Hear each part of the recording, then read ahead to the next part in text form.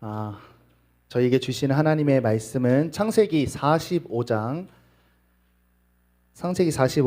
전체를 볼 텐데요. 저희가 함께 봉독할 말씀은 1절에서부터 8절 말씀입니다. 창세기 45장 1절에서 8절입니다.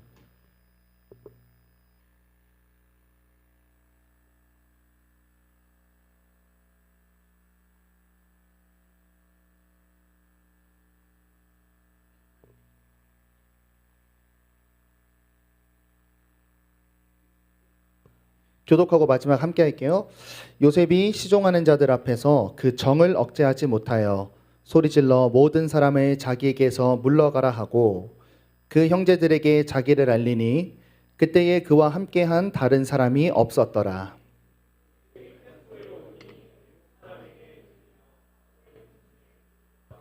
요셉이 그 형들에게 이르되 나는 요셉이라 내 아버지께서 아직 살아계시나이까. 형들이 그 앞에서 놀라서 대답하지 못하더라.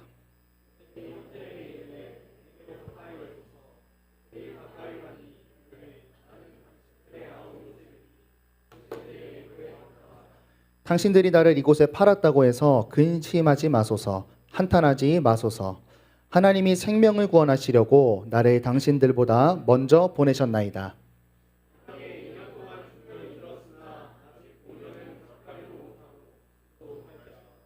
하나님이 큰 구원으로 당신들의 생명을 보존하고 당신들의 후손을 세상에 두시려고 나를 당신들보다 먼저 보내셨나니 그런즉 나를 이리로 보낸 이는 당신들이 아니요 하나님이시라.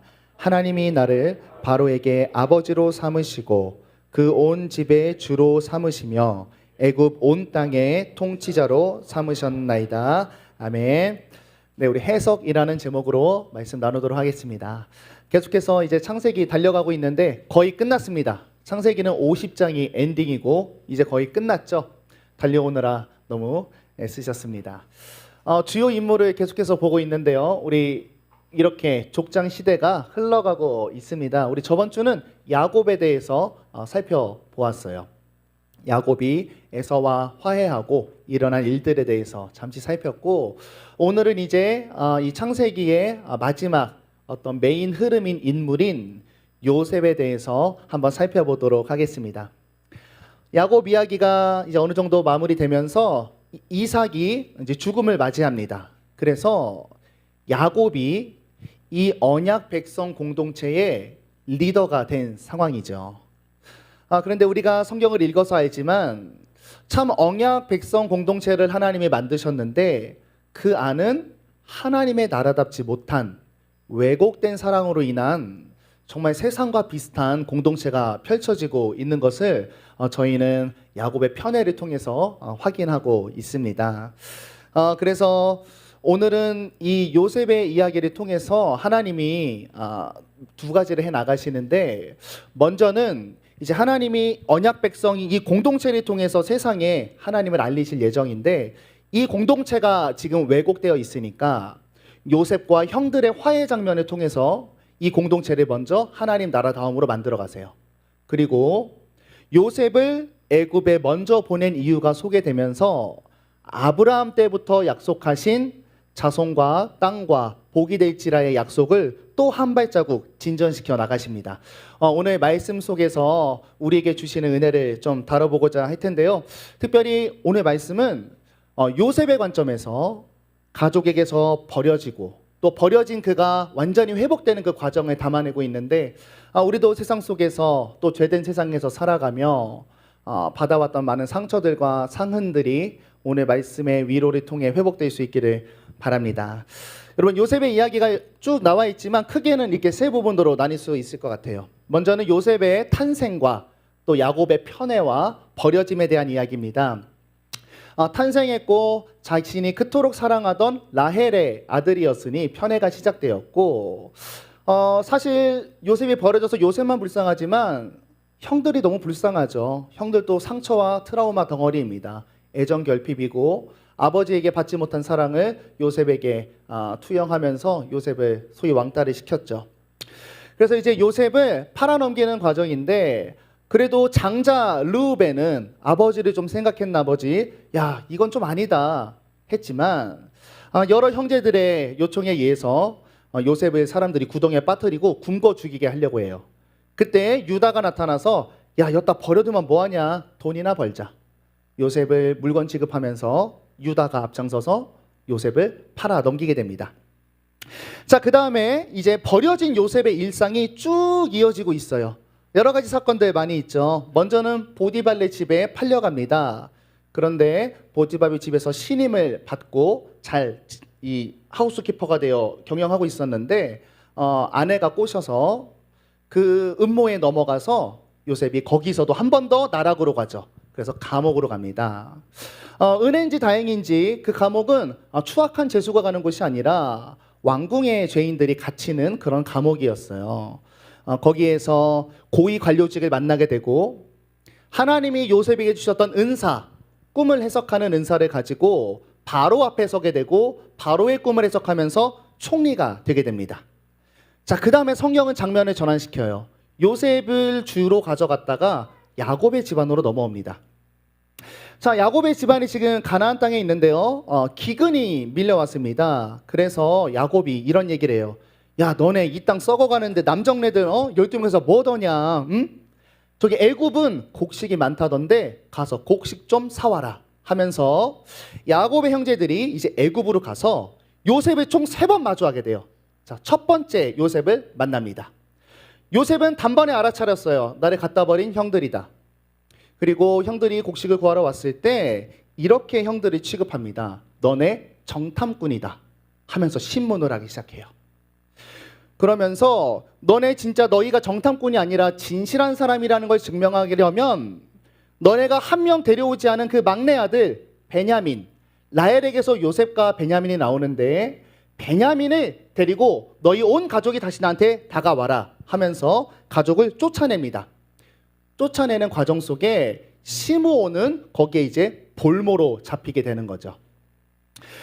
그 말을 들었을 때 정탐꾼으로 오해받았잖아요. 이 형제들이 너무 두려워 떨면서 이런 회상을 해요. 요셉도 우리가 버리려고 했을 때, 요셉이 그렇게 살려달라고 아우성쳤을 때 그 공포에 떨려있던 요셉이 이런 마음이 아니었는가. 우리가 잘못하였도다. 반성을 하는 모습을 보고 첫 번째 만남에서 요셉의 크라잉이 시작됩니다. 몰래 들어가서 찐따같이 울죠. 자, 그리고 이제 집에 갔어요. 집에 갔는데 곡식을 가지고 먹고 살다 보니까 곡식도 다 떨어졌어요. 야, 한 번 더 갔다 와라 해서 가려고 하는데 요셉의 말이 생각난 거죠. 베냐민을 데려와라. 아버지와 소통을 시작합니다. 아빠, 베냐민도 데려가야 된대요. 아빠가 절대 그것만 안 된다는 거죠. 야, 니네들 요셉 관리하라고 같이 보냈더니 요셉도 죽여놓고 베냐민까지 죽이려고 하냐? 그건 안 된다. 한창 언쟁이 있었으나 굶어 죽게 생겼는데 어떻게 해요? 베냐민 데리고 갑니다. 자, 베냐민까지 같이 오자 이 보내는 과정에서 요셉을 팔았던 유다가 한 가지 역할을 하죠. 아빠, 내가 내 이름을 걸고 갔다 올게. 안 되면 나를 담보 잡혀서라도 베냐민 거 돌려보낼 테니까 가자. 그래서 갑니다. 가니까 이제 요셉이 환대를 해요. 막 고기를 먹고 곡식을 주고 베냐민을 보니까 자기 친동생이잖아. 막 눈물이 나서 또 방에 들어서 찐따같이 웁니다. 그리고 와서 그래 환대하고 잘 보내줘요. 자, 보내주는데 였다가 요셉이 계략을 짭니다. 베냐민의 포대에다가 은잔을 딱 쑤셔 넣어요. 자기가 은 20에 팔려서 은잔에 박았는지 모르겠지만 은잔에 박아놓고 보냅니다. 보내고 이제 요셉이 자기 종에게 명령합니다. 가서 짐 수색해. 그래서 야, 우리 총리인 요셉이 말하는데 우리 총리 점쟁인 거 알지? 너네가 우리 거 쎄벼갔다더라. 자료 좀 한번 뒤져볼게. 윗대가리부터 내리갈굼으로 털어가기 시작합니다. 그리고 베냐민의 포대에서 뭐가 발견돼요? 은잔이 발견돼요. 그리고 다시 3번째 요셉을 마주하게 되는 거죠. 그래서 베냐민 쎄벼갔다 그러면서 나는 은혜를 베풀었는데 너는 이게 뭐하는 짓이냐 하면서 요셉이 막 푸닥거리를 시작합니다. 그래서 이제 베냐민을 감금하려고 하죠. 그때 유다가 한 번 더 나섭니다. 안 됩니다. 이 아이의 생명은 우리 아버지와 연결되어 있습니다. 내가 대신 종으로 여기서 희생할 터이니 내 동생은 보내주십시오. 이것을 보고 요셉이 이제는 완전히 울면서 정체를 밝히며 형하고 화해하는 장면이 오늘 메시지예요. 자, 우리는 이 메시지를 보면서 이런 생각을 먼저 하는 거죠. 요셉이 왜 이런 짓거리를 했을까 하는 거예요. 왜 그랬냐면 요셉은 자신을 버렸던 형들이 왔는데 형들이 지금 어떤 상태인지 알기 위해서 자신이 팔려갔을 때의 감정선을 그대로 재현하고 있는 거예요. 이 세 번의 요셉을 만나면서 형들은 마주하게 되었습니다. 먼저는 요셉의 마음이었어요. 아까 첫 번째 베냐민 데리고 오라면서 쫓아냈을 때 형들이 이런 깨달음을 얻죠. 요셉 앞에서 이런 한탄을 한 거예요. 우리가 아우의 일로 말마 범죄하였도다. 아우가 그렇게 애걸할 때에 그 마음의 괴로움을 보고 듣지도 아니하였으므로 이 괴로움이 우리에게 임하였도다. 이 속에서 자신이 얼마나 요셉에게 잘못했는지 요셉에 대한 감정을 느끼면서 회개를 좀 하게 되죠. 자, 그리고 두 번째 방문에서 무엇을 알게 됐냐면 갔다가 베냐민을 데려올 때에 아버지의 그 마음을 아버지를 통해 배웠어요. 베냐민 데려가야 돼요 했더니 야곱이 그들에게 이르되 너네가 내 자식들을 다 잃게 하는도다. 요셉도 없어졌고 시몬 아까 볼모로 잡혔죠. 이제는 베냐민까지 빼갖고자 하는 걸 보니 다 나를 해롭게 함이로다. 그러면서 야곱이 자신의 심경을 이렇게 고백해요. 너희가 내 흰머리를 슬퍼하며 스올로 내려감의 함이 되리라. 나 죽는다. 여기서 뭘 깨닫냐면 자신들은 순수하게 어쩌면 자신도 상처자로서 요셉을 단지 팔았을 개인의 복수 이런 감정이었겠지만 이것이 사실은 아버지의 마음에 비수를 꼽는 행위였다라는 것을 깨달으면서 아버지에 향한 회개를 하게 되고 그 다음이 중요해요. 마음으로 지식으로 알아 깨달은 다음에 형들이 요셉을 향해 보여주는 반응이 너무 중요합니다. 이들은 이 회개한 다음에 한 명도 뒷걸음질하지 않았고 모든 형제들이 동시에 움직이면서 이 사건을 해결하러 갑니다. 이 가정을 살리기 위해 아우 베냐민을 살리기 위해 또 아버지를 지키기 위해 헌신하고 친히 동참하게 되는 거죠. 우리는 이 모습 속에서 회개의 완전한 전형을 봐요. 내용이 올바르고 결단과 행함으로 완전히 삶이 돌아선 이런 회개를 우리는 여기서 한번 확인해 보는 거죠. 그리고 여기서 우리가 주의 깊게 기억해야 될 문장은 유다가 자신을 내어주면서 아버지와 이 아이의 생명이 이어져 있습니다. 자신을 헌신하면서 아버지와 자녀를 잊고 그 사랑이 계속 흐르게 하는 그것에 쓰임받았다라고 하는 거죠. 자, 그래서 오늘 말씀은 이런 일 다음에 요셉과 회복이 이루어지는데 온전한 회복이 이제 어떻게 이루어지는지 이 요셉을 버렸던 형들은 이제 회개가 좀 일어난 것 같아요. 그런데 그들이 요셉과 또 회개하는 건 다른 이슈거든요. 오늘 요셉의 반응입니다. 자, 먼저 요셉이 함께 이제 화해를 시작하는데 요셉이 이렇게 자신을 소개해요. 세 번째 이런 사건이 있고 울고 이렇게 소개합니다. 나는 요셉이에요. 아버지께서 아직 살아계십니까? 하고 말하자 형들의 반응이 중요합니다. 놀랐다. 여기서 놀랐다는 것은 떨다, 무서워하다, 혼란스러워하다 이 이야기예요. 떨어서 대답할 수 없었다 이야기하고 있는 거예요. 여러분 형들의 입장이 돼보세요. 가족 공동체에서 동생을 잘라냈습니다. 여러분 이거는 그냥 단순히 판 게 아니라 그 젊은 친구가 가정이 없이 어떻게 살아갈 수 있겠어요? 생명줄에서 끊어버린 거예요. 그 다음 여러분 팔았어요. 인간 이하의 물건 취급을 하면서 팔아서 유익을 얻었습니다. 그리고 아직 요셉 살아있는데 그 옷에 다 피 묻혀갖고 아빠한테 가져가죠. 산자를 죽은 자로 속여서 아버지 가슴에 칼을 찔러 넣었습니다. 그런데요 그 대상이었던 요셉이 지금 반대로 우리에게 다가오고 있는 거예요. 지금 요셉은 이들의 생명을 이 땅에서 끊어버릴 수 있습니다. 이들을 노예로 팔아 넘겨서 유익을 취할 수도 있습니다. 또 대를 이을 야곱 가문의 12아들을 다 죽여버려서 가정을 무너뜨릴 수도 있는 거죠. 그러니까 그 앞에서 두려움과 떨림으로 아무 말 할 수 없었습니다. 내가 해코지했던 요셉이 애굽 총리라는 감투를 쓰고 생명을 쥔 권세자로 우리 앞에 서 있었을 때 형들은 아무 일도 할 수 없었죠. 여기서 한번 물어볼게요. 여러분 지금 어쩌면 요셉의 이 멋있는 모습과 이 역전된 상황, 여러분 우리는 이 대목에서 어떤 감정을 느끼시는가? 37절부터 시작된 요셉을 둘러싼 이 억울한 억가의 상황들의 고구마가 차였던 것이 한 번에 펑 내려가는 통쾌함을 느끼시나요? 여러분, 이 장면은요, 정확히 세상이 말하는 복수와 상처의 치유법입니다. 날 이렇게 만들어 놓은 자를 압도할 만한 감투를 얻고 나서 내 앞에서 벌벌 떠는 비굴하고 그 비참한 모습을 보는 것, 그리고 나에게 상처 준 그를 이제 내 손으로 마음대로 주무를 수 있는 권세를 가지고 그 앞에 서는 것이죠. 세상이 말하는 상처 치유, 세상이 말하는 복수입니다. 여러분, 요셉의 이야기뿐 아니라 우리도 이 세상을 살아가고 있습니다. 죄된 질서로 돌아가기 때문에 우리 모두 다 적어도 20년 이상씩 죄된 세상에서 굴러왔어요.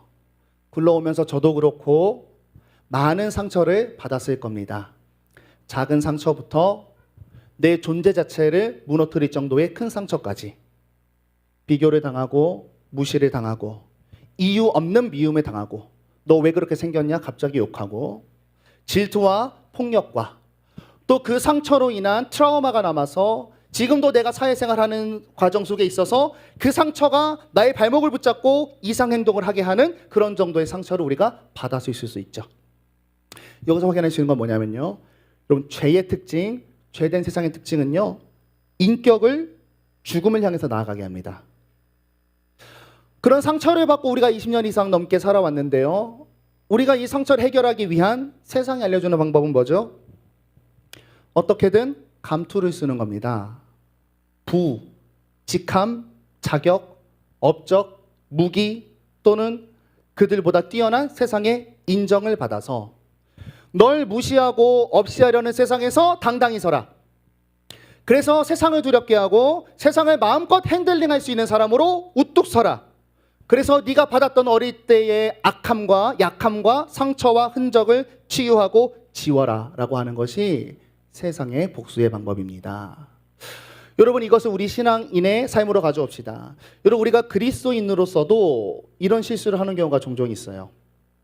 우리가 어렸을 때 받았던 상처를 신앙을 통해서 세상이 말하는 방법을 채워가는 방법으로 가려는 경향이 있습니다. 그래서 우리가 아마 요셉을 좋아하지 않나 싶어요. 이런 이야기죠. 요셉의 불쌍한 그 인생을 내 인생과 동일시합니다. 그리고 하나님으로 인해서 당당한 총리의 감투를 쓴 요셉을 보면서 이렇게 하나님께 회복을 요청하죠. 하나님, 상처받은 나를 긍휼히 여겨주세요. 나의 이 아픔을 위로해 주세요. 요셉과 함께하듯이 나와 함께하여 주시옵소서 라고 말하면서 우리는 하나님께 무엇을 원하고 있죠? 나를 회복시켜 주시는 하나님께 실제로 무엇을 원하고 있는가 하는 거예요. 정말 내 마음의 상처를 치유를 원하고 있는지, 압도적인 가면을 써서 정상인인 척 보이려고 싶은 그런 인생을 경영하고 싶은지 말이죠. 근데 여러분, 이렇게 상처받은 대상을 향한 이런 복수적인 치료의 방법은 무엇을 가져오냐면요, 공허함을 가져옵니다. 정말 행복하지 않고 정말 내 과거가 치유되지 않고 깨끗해지지 않습니다. 나에게 상처 준 자보다 훨씬 잘나져서 내가 그 앞에 섰을 때 무릎 꿇고 빌고 있는 그 친구를 보면서 이런 생각밖에 안 들어요. 야, 이딴 놈 때문에 내가 이 고생을 했나? 이 잠깐의 순간을 위해서 난 달려왔는가? 나는 이제 무엇을 해야 되지? 허무하죠. 그리고 이런 고뇌 속에서 한 가지를 발견하게 됩니다. 뭐냐면 내가 과거에 겪었던 과거의 일은 지워지지 않는다라고 하는 거예요. 여러분, 복수로 상처를 치유하는 방법은요, 과거의 내가 해결되는 것이 아닙니다. 단지 우울했던 내가 강해진 현재가 된 것뿐이죠. 변하는 건 아무것도 없습니다. 관계도 똑같고 그 기억도 똑같고 그 상처도 똑같습니다. 그랬던 사실과 함께 가면을 쓰고 있을 뿐이죠. 근데 여러분, 하나님이 보여주시는 이 회복의 장면을 보십시오. 요셉은 다르게 나아갑니다. 자, 애굽 총리 딱 앉아가지고 형 왔어? 나 요셉이요. 개 쫄았습니다. 그때 요셉이 어떻게 더 나아가냐? 한 발자국 더 나아가죠. 형들이 쫄아 있으니까 이렇게 합니다. 형들에게 이르되 형들 내게 가까이 오소서. 원래 가족이었을 때의 그 물리적 거리감을 구현하죠. 그리고 이렇게 자기의 소개합니다. 나는 당신들의 아우 요셉이니 당신들이 애굽의 판자다. 총리라는 감투를 다 집어던지고 나를 버렸던 그때의 형 앞에 처절하게 버렸던 피해자인 동생으로 형들을 마주하기 시작했고 거기에서 온전한 회복과 화해가 이루어집니다. 여러분, 상처는 정말 치료하기 어려운 거예요. 그러니까 상처를 주지 마세요. 세 가지가 돼야 돼요. 1번, 가해자인 그 악독한 사람이 변해야 됩니다. 2번, 피해자인 내 자신이 그 사람만 봐도 치가 떨리는 내가 그 사람 앞에 나아갈 용기가 생겨야 돼요. 3번, 그와 내가 마주할 수 있는 기회가 열려야 됩니다. 아주 극악의 퍼센티지죠. 하나하나가 다 말이 안 됩니다. 악독한 자가 변하는 것, 두려움에 상처받은 내 상처가 치유돼서 나아갈 수 있는 것, 그리고 이 둘이 만날 수 있는 말도 안 되는 기회. 이거 누가 만들어줄 수 있나요? 이 요셉의 가정을 택하시고 하나님의 나라로 만들어가려고 하신 하나님께서 만든 거예요. 여러분, 정말 우리가 받은 상처의 진정한 회복은요, 죄된 세상에서 우리가 받은 이 아픔의 해결은 내 상처의 현장을 치유의 밭으로 만들어 주실 수 있는 하나님으로부터만 온다는 것을 꼭 기억하실 수 있기를 바랍니다. 다음 장면. 그러면 형들은 뭐 요셉을 통해서 하나님이 지혜롭게 일하셔서 회개가 됐잖아. 환경도 하나님이 조성해 줬어요. 기근을 내려가지고 어쩔 수 없이 애굽에 오게 했어요. 다음이죠. 피해자 편. 요셉의 편에 이 상처의 자리로 나아갈 수 있는 용기와 확신은 어디서 왔냐 하는 거예요. 상처받은 우리가 상처를 치유할 수 있는 아이덴티티를 어디서 가져갈 수 있는가? 여러분, 사실 요셉의 트라우마와 분노는 형들이 준비되는 화해자였을지라도 다가가기 불가능합니다. 여러분, 한 번 차인 여성에게 다시 가서 친구로 지내는 것 힘든 일입니다. 테니스의 왕자 보셨나요? 어떤 친구가 다리가 부러져요. 점프를 해서 스매시를 후려야 되는데 다리가 박살나요. 다리가 고쳐졌습니다. 의사의 소견 100% 나왔다. 못 뛰어요. 트라우마가 있어요. 날 둘러싼 내 주변이 완벽해진다 해도 내 자신, 상처받은 내 자신이 다시 날 수 있는 건 굉장히 어려운 일입니다. 그럼 여러분, 요셉의 자신의 회복은 어디서 왔는가? 요셉이 이런 고백을 해요. 애굽 총리가 되고 이제 바로가 그 제사장 중에 누구를 줘가지고 결혼을 한 다음에 아가몬을 낳습니다. 2명의 아이를 낳고 이름을 지어요. 당신은 아이의 이름에 자신의 상황이나 바람을 투영하는 문화가 있었어요. 자, 므낫세를 낳았어요. 므낫세를 낳았어요. 그 이름의 뜻이 이거래요. 하나님이 내 모든 고난과 아버지의 온 지비를, 자신의 상처를 잊어버리게 하셨다. 그리고 에브라임을 낳습니다. 에브라임은 이런 뜻이에요. 내가 수고한 땅, 이제 애굽에서 보디발부터 시작된 이 수고한 땅에서 나를 번성하게 하셨다 함이니라. 요셉은 형들을 만나기 전에 아들의 이름을 봐야 할 수 있듯이 치유가 되었어요. 자, 그러면 아들의 이름을 짓기까지의 어떤 사건이 있었기에 저렇게 치유된 상태가 되었는가? 그것은 우리가 아까 살펴봤던 요셉의 일생입니다. 보디발의 집에 들어가서 억울한 누명을 썼습니다. 감옥에 갔습니다. 꿈을 해석하여 총리가 되는 이 모든 과정이었어요. 여러분, 이 사건 잘 다 읽어보시면 항상 이 사건 마지막에 이런 멘트가 달려 있습니다. 그러나 하나님께서 요셉과 함께 하셨더라. 또한 요셉을 둘러싼 보디발도 그렇고 깜빵의 간수도 그렇고 깜빵의 꿈을 해석받은 관원장들 모든 사람들이 이랬어요. 저 사람은 하나님이 함께하는 사람이다. 안 그러면 저럴 수 없다. 요셉은 상처받아 버려진 세상 속에서 이 산전수전을 겪으면서 한 가지를 깨달은 거예요. 나는 가정에게 버림받은 상처받은 한 어린 남자가 아니라 창조주시오 이 땅을 통치하시는 하나님의 백성이다. 하나님의 손에 붙들린 자다. 정체성이 바뀌기 시작하자 요셉이 오늘 5절에서 8절을 고백하게 돼요. 그 내용을 보아하니 형들과 가까이 가서 아우라고 고백해 놓고 하신 내용입니다. 그 내용은 이런 내용이에요. 형들 두려워하지 마세요. 나 상처 줬다고 한탄하지 마세요. 죽을까 봐 걱정하지 마세요.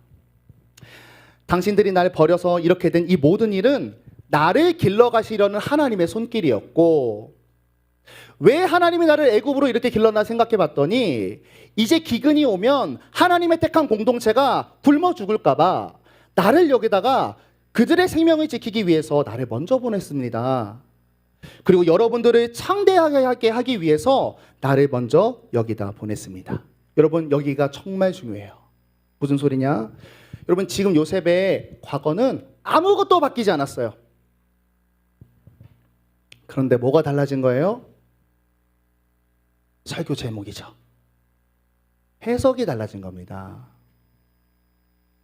하나님 없는 내 과거의 상처는 아픔이고 억울하고 남루한 일이고 왜 나에게 이런 일이었어요. 그렇게밖에 해석이 될 수 없어요. 내 상처는. 왜요? 내가 잘못한 게 없잖아요. 내가 잘못했어도 이 정도 상처는 너무하잖아요.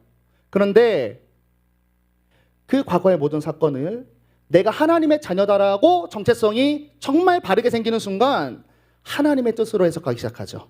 그리고 거기서 확인하게 됩니다.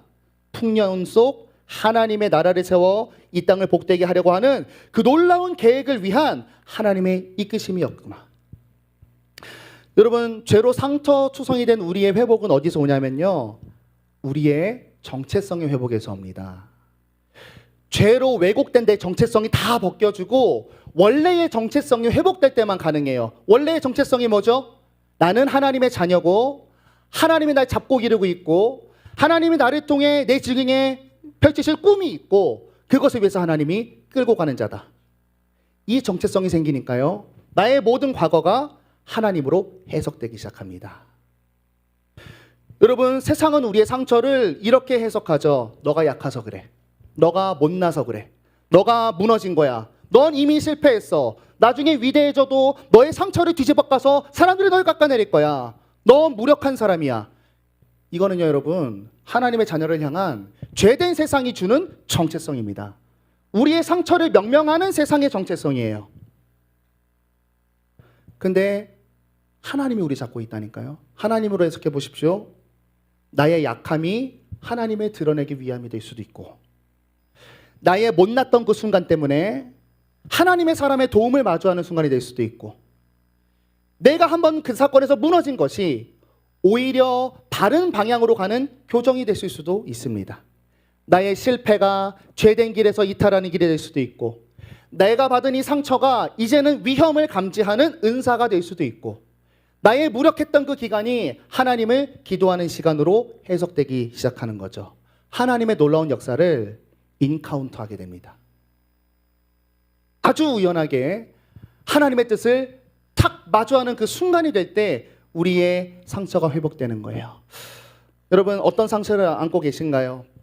학창시절에 어려움이 있었던 분, 저도 있었고, 또 취업과 입시의 연달은 실패 속에서, 또 연인을 비롯한 많은 관계의 아픔의 상처와, 또 과거에 내가 잘못한 한 번의 선택으로 인해서 인생에 꼬여버린 지금의 여파, 또 때로는 나의 신체적인 약함, 상처가 다 있으실 텐데 물어보고 싶은 거예요.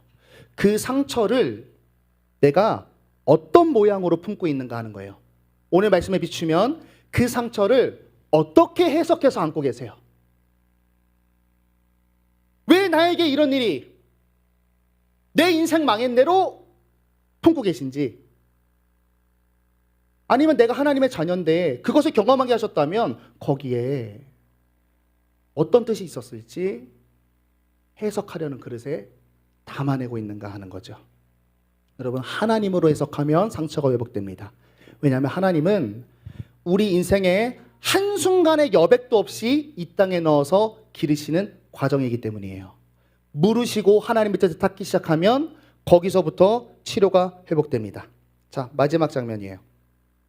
자, 여기까지 말씀을 마치면 우리가 어제 목자 시간에도 나눴지만 세상들이 기독교를 말하는 그런 비판에 빠지게 됩니다. 뭐냐면 기독교는 자기 위로와 합리화의 종교라는 거죠.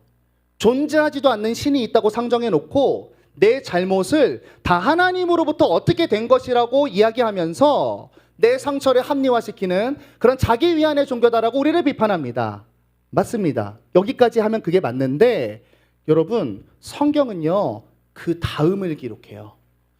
여러분, 요셉이 이 형들과 완전히 이제 화해가 된 후에 무슨 일들이 일어나는지 보십시오. 가정이 회복되었습니다. 가정의 미래가 열렸어요. 요셉의 마음만 어떻게 된 게 아니라 가정의 미래가 열렸습니다. 그리고 여러분, 이걸 본 바로가 뭐라고 얘기하냐면요, 이렇게 기쁜 일이 어디 있는가?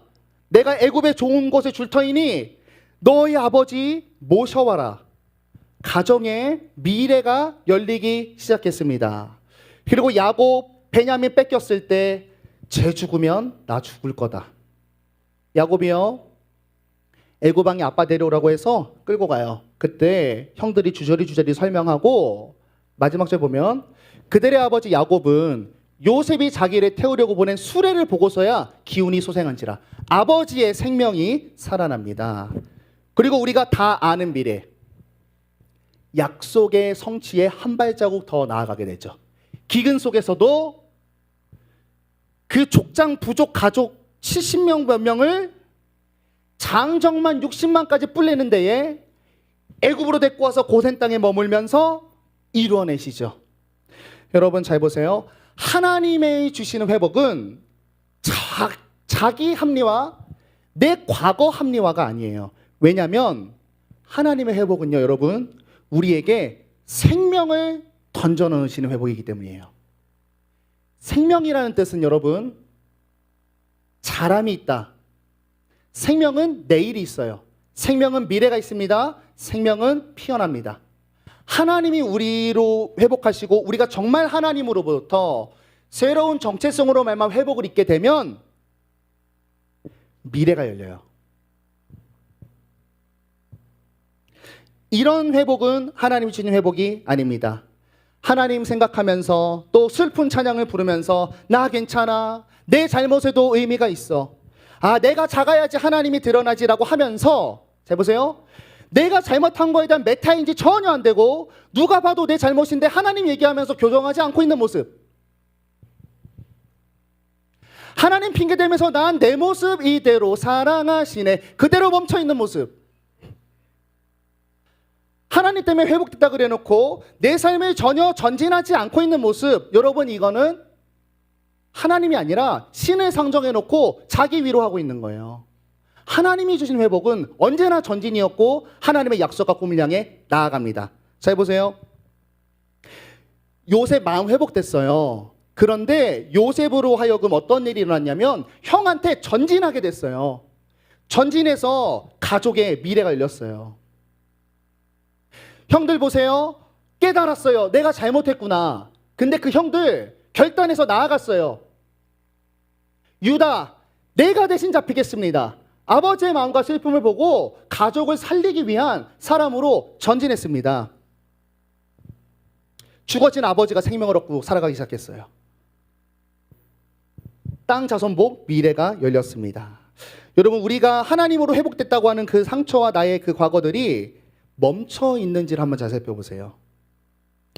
그 하나님으로부터 받은 위로가 내가 회개해서 돌이켜서 나아가게 하고 있는지, 다시 도전하게 하고 있는지, 또 다른 곳을 열려서 다른 걸 바라보게 하고 있는지, 혹은 새로운 이벤트를 마주하면서 전진하고 있는지, 5월 하나님으로부터 위로받았다고 하는데 계속 걱정과 근심뿐인 불안과 안도감이 섞인 위로인지 한번 잘 살펴보십시오.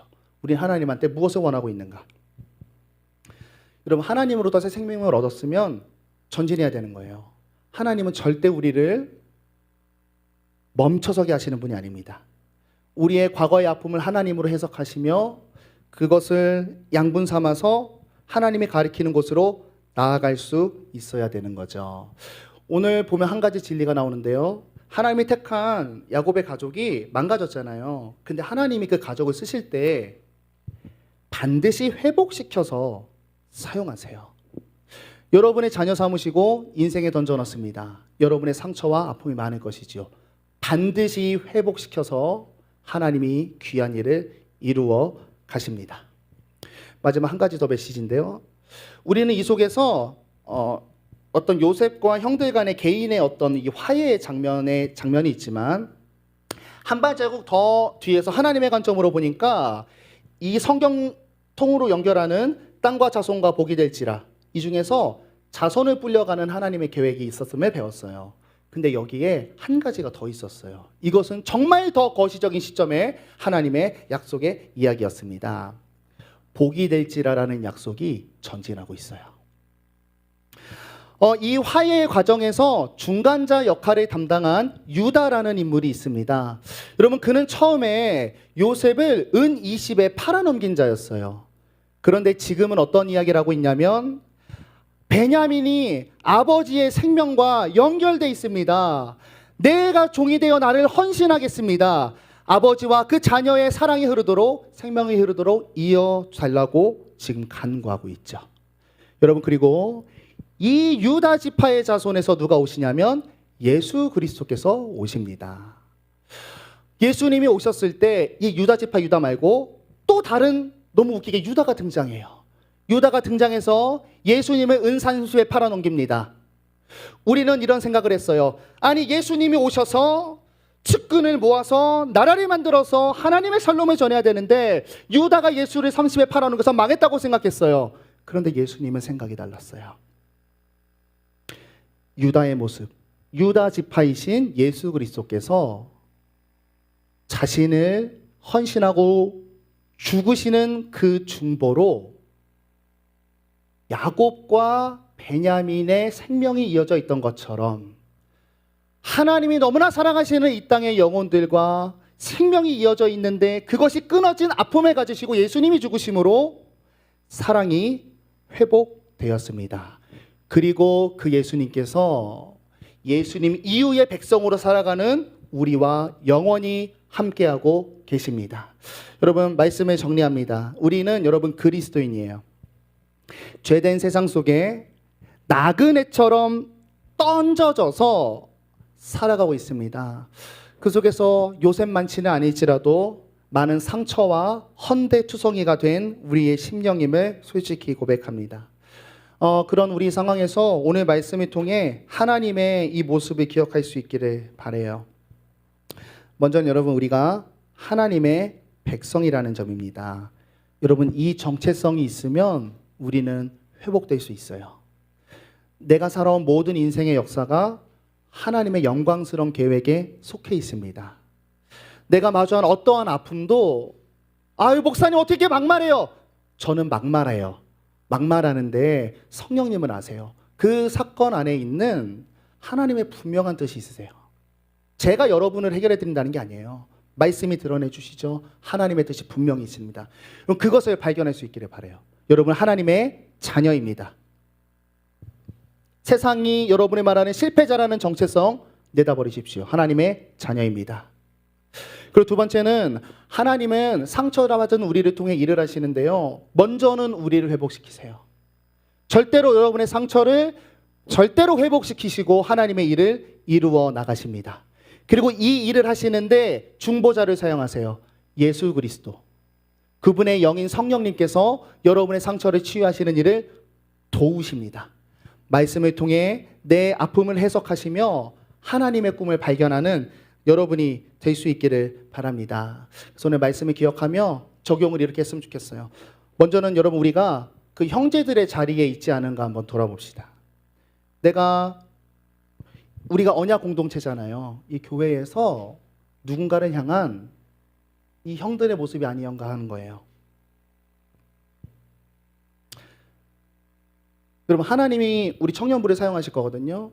충만하게 임재하실 거고 이곳을 통해 여러분 개개인을 살리고 여러분 개개인을 통한 삶의 지경의 꽃들을 이곳에 충전시켜서 너무나 놀라운 일을 해나갈 거예요. 이곳이 야곱의 가족이고 하나님의 백성 공동체고 교회입니다. 그런데 오늘 말씀 보니까 야곱의 편애로 찢어진 이 가정을 통해 일하실 때 무엇을 하시냐면 먼저 이곳을 회복시키세요. 여러분, 우리 공동체가 먼저 회복되어야 됩니다. 여러분, 저는 여러분에게 외부인입니다. 온 지 이제 3년 차고, 그러나 여러분들은 어려서부터 이 교회를 다니시면서 많은 역사와 얽힘과 또 갈등과 또 기쁨도 있었겠지만 여러 가지 많은 정황들이 있을 것 같아요. 혹시 그 속에 풀어지지 않은 것 있다면 그거 풀어지는 것 위해서 노력을 좀 하실 수 있기를 바라요. 내가 상처받았는데 어떻게 저한테 다가가요? 이런 러프한 적용을 하는 게 아니라 여러분 마음속에 상처가 하나님으로 먼저 해석되시고 그를 위한 기도를 계속하시고 그와 해결될 수 있도록 오늘 기근 때문에 만나게 됐잖아요. 그런 기회의 창을 열어달라고 이 몸된 교회를 위해서 기도할 수 있는 그런 하나님의 백성과 교회가 될 수 있기를 바라요. 그리고 두 번째는 여러분의 상처를, 개인의 상처를 회복하시고 하나님께서 반드시 도우시니 그런 믿음으로 우리의 상처를 회복하며 나아갈 수 있기를 바랍니다. 그래서 내 자신이 회복되고 우리 교회가 회복된 그 이후에는 우리가 우리 안에 예수를 가졌으니 세상의 상처난 자들 또 하나님과 끊어진 자들에게 우리가 화해를 돕는 자로서 나의 삶의 지경을 회복시키시는, 또 나의 삶의 지경에 있는 사람들을 하나님으로 해석해주고 하나님을 소개해주고 하나님이 너를 사랑하신다라고 그들을 화해의 끈을 맺어줄 수 있는 그런 예수 닮은 여러분 될 수 있기를 예수님의 이름으로 축복합니다. 우리 찬양하겠습니다.